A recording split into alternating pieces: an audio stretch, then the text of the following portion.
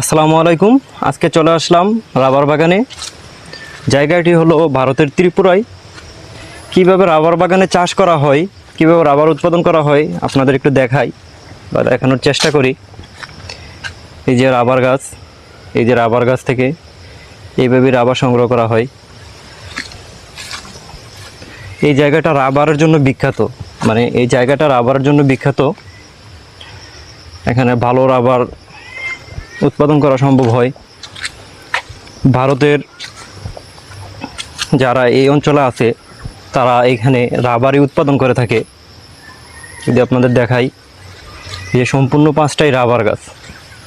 এই রাবারগুলা খুব সুন্দরভাবে উৎপাদন করা হয়। যদি দেখাই, এই যে রাবার, এখান থেকে রাবার সংগ্রহ করা হচ্ছে, আপনারা দেখতে পাচ্ছেন। এই যে